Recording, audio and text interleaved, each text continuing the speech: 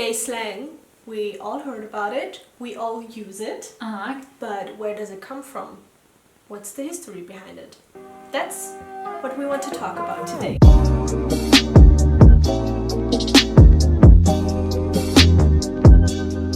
We thought, why not dive a little deeper into the LGBTQ history, starting with LGBT or gay slang, the language. Sometimes you start to use things, or I feel like we in our generation, which is more open, more free in some ways, we use these type of words or we use certain sentences, but we don't really know where did it originate, why. Of course, languages, the way we use words changes with every generation, with every year, with every second. It's no surprise when it comes to the LGBTQ slang or the gay slang that it came from a place of fear, a place of trying to not get caught by people who would kill you or by people who would just do harm to you. Especially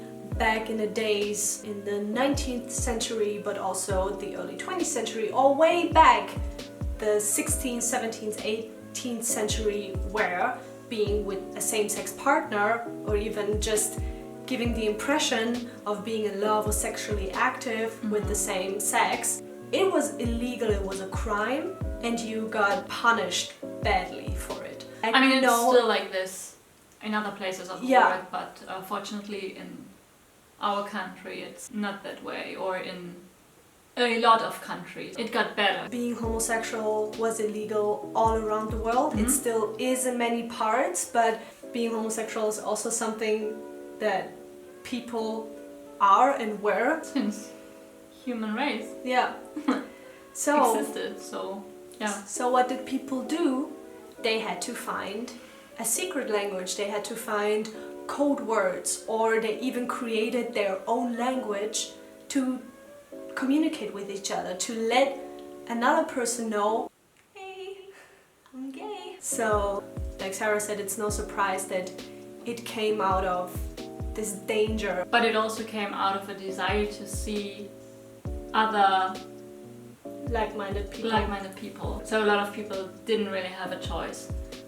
So that's where the language came from. One more information, because we read about that and I never heard of this before, and I think maybe it could be interesting for you guys, is that with all the slang and the secret codes and everything, there was even a full language created by the LGBT community, which was called Polari. Yeah, but it came from other secret languages. It came from a different background and you cannot really fully trace it back, but it's also like described as kind of a dialect, because there were so many different forms. Some English dialects like Cockney, Yiddish, there were so many different influences throughout the centuries. Especially in the early 20th century, it really became a thing, up until the point of the decriminalization of homosexuality in the US, for example. It was a huge thing, I think, between the 1930s up until that point, which was in 1967, and then it became more and more extinct because people were able to live a little more free, a little more open, although we know up until now it really differs, and it's not that, oh yeah, this is checked off now, we're free, we're fine, everyone loves us. So of course there's a long way to go everywhere around the world, and there are so many countries where it feels like you cannot even try to think about homosexuals having the same rights or being able to live free. So it's crazy that they use these type of things to have like open conversations with each other whilst being in public with heterosexual people who could have been a threat to them. Today we still use some words, but it's not the same since back in the day, because I feel like these days in open-minded countries, nobody's afraid to use these terms. The slang we know nowadays is also a form of expression. So these days it's also a form of reclaiming words or feeling empowered, expressing yourself out of these things, or just to have fun, to be your most open, true self. And I think this is why a lot of gay slurs back in the days are now used to describe oneself. Like, for example, queer, or I know some people use dyke as well. And we also search for some words and we'll see if we know them. So let's start with the words, right? Yeah. So this one is global. I have never heard of it. And I don't know if some people still use it. It's the word breeder. Breeder? Breeder. Like to breed something. So I need to guess now. Yeah. In what kind of situation it was used. And you can guess as well. Or maybe you know. Breeder, especially if it's not like modern slang. It's hard. I feel like most of the times slang words were used in a like metaphorical way. But what a breeder? Someone who breeds homosexuality. I mean, if you don't know, if you maybe have nothing in mind. Yeah, no, I will just say something. I'm pretty sure that's not it, but maybe that's a fun thing. Maybe a woman was called a breeder when she was like kind of the surrogate for a gay couple, for like two men who want to have a baby, and she was like the alibi wife of one of them, so that they still could have a baby. So okay. But I love it. I love it. So it makes so much sense. She was the ally, you know. What is it? It's to describe a straight person, especially one with kids. Oh, that's totally a different thing. Oh my god. Yeah, but I get it as well, because it's like only straight couples can breed a child naturally. Back in the days. Yeah. I think it's also jealousy talking. Right? Yeah, of course, like because it's breeder. Yeah. Something you maybe wish for, but couldn't get back in the days. Or you could still manage to get children, but I think now it's easier.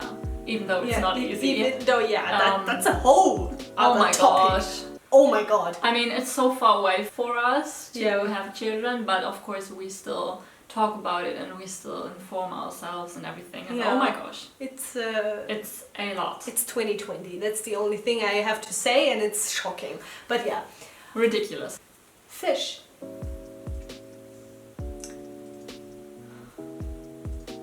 It's to describe a gay man who never had sex with a man because it never got to the beach or to land. It always had to stay in the ocean. You're welcome. Now you can turn off the video. That is a really, really nice definition, although it's really, really wrong. So what is it? The definition is a drag queen or male who looks like a real woman with seemingly no effort. Okay, yeah. But why is it called fish? I don't know. Okay. I don't know. I don't make the rules. Some people did. Okay, cool. How to use it? He's looking so fishy right now. Or what the? He's serving us some real fish. Oh my gosh, do you think it's still used? Yeah, maybe. We should just watch Drag Race. And find out. I'm pretty sure we're like, has anybody used this? And everyone watching Drag Race, what the fuck are you talking about? Of course, are you part of the LGBT community, huh? Okay. Egg. Egg? Egg. Never heard of this. I don't know why I have the feeling it has something to do with being transgender, and because there are different parts that can be described as an egg, and maybe someone who lost it or gained it in their transitioning. This is embarrassing. No, it's not. Should I just? Because yeah, there's no way you will okay. find it out just by thinking about it. It has something to do with being transgender. It's a transgender person who hasn't realized that they are trans yet. Used by transgender people when aspects of one's personality or behavior remind them of gender-related aspects of themselves before they realize they were transgender. Oh my god! Yeah. Crazy. So I feel like it's like, oh, you're still an egg. Yeah. Something like, oh, I was the same. Yeah, oh my god, you know, you like, didn't crack yet. yeah, it's not egg in That kind of the meaning of both. Yeah, yeah. Because you were like, yeah, or you're different body parts. yeah, but not only in men. Like I we have know, I know, but I was thinking about both. crazy, right? I mean, Right? got the transgender Right? part right. I was surprised. I'm not. Oh, that's a good one. Alright. That was one I wanted to use. So. Mm-hmm. Beard. Have you read about it? Yeah, but I can't remember. Uh-huh. It had something to do with gay men, but I can't remember. So I would just guess. What do you think? Beard means that you're interested in people who are very hairy. No. It's to describe a homosexual man who is with a woman to hide his homosexuality. Beard. It makes sense. Mm-hmm. It makes sense. In a metaphorical Yeah, way. like a beard is like really straight. A Beard. beard, yeah, sorry. Beer. A beard. Beer. Yeah, that's a different thing. A beard is like so masculine. Yeah. Masculine. Masculine. Masculine. Of course. Yeah. Ridiculous, but of course it makes sense. Yeah, cool. So I was pretty close. Yeah. Sure. Fairy. Fairy.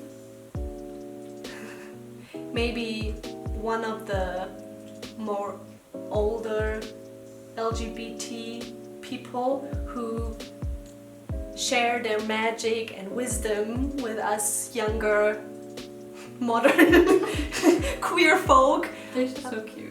Yeah, who are like a fairy godmother. That's Aww. what I was They're just thinking, cute, you but know? no. Okay.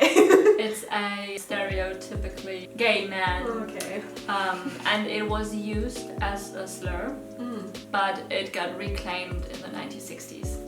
Yeah, and I wanted to bring it up because it was used as a slur, like queer. Yeah, I thought something like this as well, and it's like So, yeah. a really feminine, typical gay man, but I thought maybe it has something else. I know. You know? But I think it's so nice that it got reclaimed. Mm-hmm. Definitely. Switch. Switch. It's describe a lesbian. After she experienced her first time with a woman, and then it just switched. That is awesome. But no. But it has something to do with lesbians. I saw your face. No. No? No. Oh my gosh. It's Why are you giving me this hope? She just really wants to Yeah. see me fall. No. She's like, higher, higher, and then... it's a gay man who's not entirely a top or a bottom, but both. Switch. I know that. Yeah. I've heard that before. So because like I mean many people know that there's always this discussion, are you a top or are you a bottom? But yeah, for the people in the community who don't necessarily tend to one side, or they like to experience it differently with different partners, for example, as well, then that's called a switch. Cool. That's so interesting. Yeah. So, next. Oh, I knew that before, but I'm not sure if you know. What is a gold star? Gold star? No, I've never heard No? of this. Maybe someone who's extremely good at hiding being homosexual. No? Why? He's like a gold star student. Oh, he's not, my, he's I not get doing anything like obscene or So it's actually a lesbian who has only had sex with women and never with men. Ah. I think it's funny. So that's what in the lesbian community is a gold star. Yeah, she's a gold star. She's a prime example of being a lesbian. Yeah, and it's in reference to a military award. See, but I thought it's kind of like a reward, but I thought it in another way. Yeah. Okay. You are a gold star. I mean, you're not a lesbian, but... I'm a gold star and you're not. Alright. A friend or friend of Dorothy. Oh, I just read about that. I feel like it's really interesting because using friend of Dorothy was it's so smart and so perfect. Yeah, but it was one of the, I think, commonly used groups of words or like sentence to let someone else know that you're gay. You're gay. It's like Dorothy is the LGBT god in a way. The mother, she's the fairy godmother I was talking about, Dorothy. Yeah. The origin is like... Oh, where does it come from? They debated over several things. Like the first thing that came to mind for me was the Wizard of Oz. In the old novel, there are two sentences. So it is said that another character says to Dorothy, "You have some queer friends, Dorothy," and she would reply, "The queerness doesn't matter so long as they're friends." So that it could be. And that is so cute part because of this the Oz books are from back in the days, right? Yeah, from 1906. Yeah. To Oz. Oh my gosh. So that's really cool. There's also a woman named Dorothy from back in the day who was in a relationship with an openly bisexual man, and they would also do a lot for the community, and she was a writer and tried to shed more light into homosexuality, so it could come from her as well. Oh my gosh, I get chills. Yeah, this is so cool. But especially with the books, they say that especially around this time, having a book with strong female main roles and then a lot of queer characters, gender-bending characters, main female roles that would interact with each other, where they're not talking about being in love, another man, or stuff like this. So where it's like really deep and where you have really complex characters, and that the Wizard of Oz have these kind of things even back in the day. So that's so really cool. Progressive. Yeah. So maybe being a friend of Dorothy comes from that. Yeah. It will make sense. Yeah. Totally. But I think Fun. being a friend of Dorothy also, like the meaning stayed the same, but I think their connection with it changed over time. Like I think for the people around that time it was the books. Later on it was the movie or the musical, the music with that movie. It was Judy Garland, who was also really an open person for the LGBT community. So it was like different people who had something to do with these kind of things. So yeah, that's really cool. Hey, that's it, right? Yeah, that's it. Yeah. So I hope you learned something today. I feel like you can never not learn enough, so that's also... I don't know. Asked me 10 years ago, sitting in school crying every day. You can never learn enough. We definitely know more about the LGBT history now, and I think that's really cool. It's so interesting. We hope it was interesting for you guys as well. And let us know if you want to learn some more things and maybe make this more frequently. I think we will do it whether you want it or not, but... Right, I just want you to like and comment. Yeah. And subscribe. Yeah, please do all of these things that Sarah just said. And we're gonna see you in the next video. Bye! Love you guys. Bye! Bye. Like, comment and subscribe. My mothers would be so happy. Oh, Peppino. Thanks, Such a good Peppino. boy. Wow. And it's no surprise. Yeah. Woo. Okay, 13-year-old teenage boy jumped out. No surprise. I got a knot in my throat. No, that's not a gay slang. Thanks It's my favorite child. I don't like the other one living in the basement.